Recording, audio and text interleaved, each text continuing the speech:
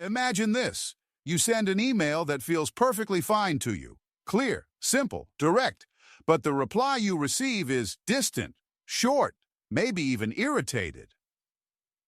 And suddenly you wonder, what did I say wrong? Email is tricky because it removes everything that makes communication human. Your voice, your tone, your facial expressions.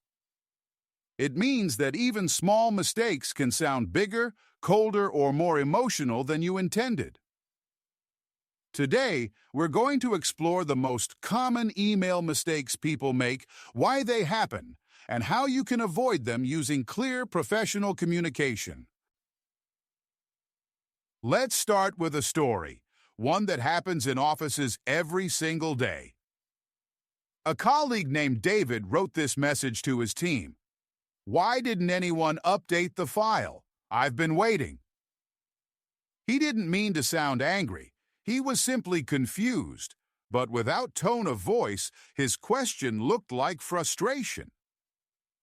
Two team members felt attacked. One didn't reply at all. Another wrote back defensively. The real problem? Not the question, but the tone created by missing context. A softer version would be, "Hi team, I may have missed something, just checking whether the file has been updated yet. Thanks." Same question, same purpose, totally different emotional impact. Now, let's explore why email mistakes happen in the first place. Psychologically, our brains read emails faster than they were written, and we fill in the missing emotional tone based on our mood, stress, or expectations. So when a message is unclear or slightly too direct, our brain automatically adds emotion to it, sometimes the wrong one. Understanding this helps you write emails that are softer, clearer, and less likely to cause tension. Let's look at the first major mistake: emails that are too long and unfocused. Here's a real example from a workplace. Sophia wrote to her manager, "I wanted to reach out because I've been reviewing the project timeline, and I think there may be potential delays based on some of the feedback we received last week. I'm not fully sure about the design changes timeline, and I think we should also discuss the client's new requests." Her manager replied with 2 words, "Call me." Why? Because the message had too many ideas mixed together. Here's the concise, clear version. "Hi, quick update. We may have delays due to the new feedback. Could we have a short call to review the timeline?" Clear, simple, actionable. Another common mistake is unclear requests, when the reader doesn't know what you want. Let's look at a real example. A colleague wrote, "Let me know what you think." But what exactly should I think about? What decision needs to be made? How urgent is it? Here's the improved version. "Could you please confirm whether the updated design works for you? If so, I'll send it to the client this afternoon." Specific, clear, and easy to reply to.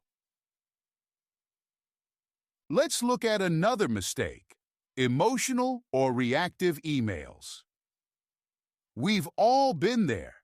You read a message that frustrates you. Your instinct is to reply quickly, but fast emails are often emotional emails. Here's what a reactive email looks like. "I already told you this last week, please check again." This sounds irritated, even if you didn't mean it that way. A calm, clear version might be, "No problem. I shared this last week, so I'm forwarding it again here. Let me know if you need anything else." Professional, polite, helpful. Now let's talk about one of the most common mistakes worldwide: missing or confusing subject lines. A bad subject line creates stress because the reader doesn't know what to expect. Here's a weak one: update. Update on what? A report? A problem? A success? A clear subject line saves time for everyone. Client X, project timeline update, or quick question about tomorrow's meeting. Let's talk about another mistake: no structure.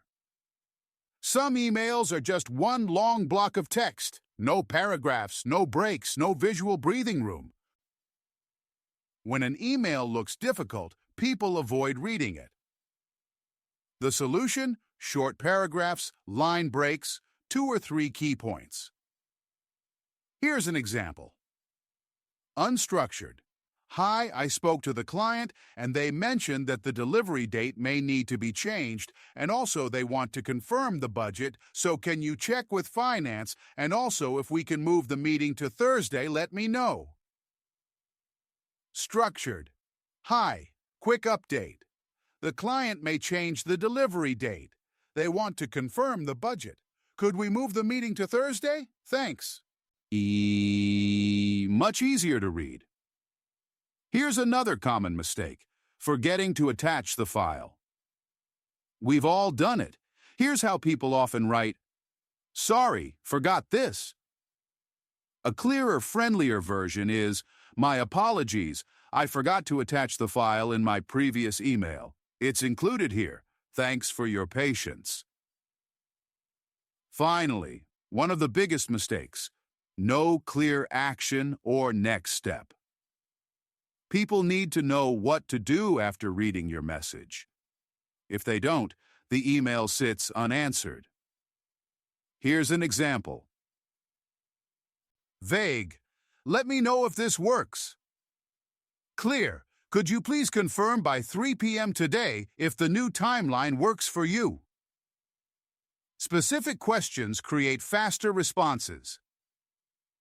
Before we finish, let's reflect on something important. Most email mistakes don't come from bad intentions. They come from stress, speed, assumptions, or missing emotional context. So be kind to yourself, and be kind to your reader. Here's your challenge today. Take one email you wrote this week, read it again. Ask yourself, is the purpose clear? Is the request specific? Is the tone professional? Is it easy to scan? One small change can transform the way people respond to you. Thank you for learning with me. If you enjoyed this lesson, don't forget to subscribe for more business English lessons with Anna. See you in the next video.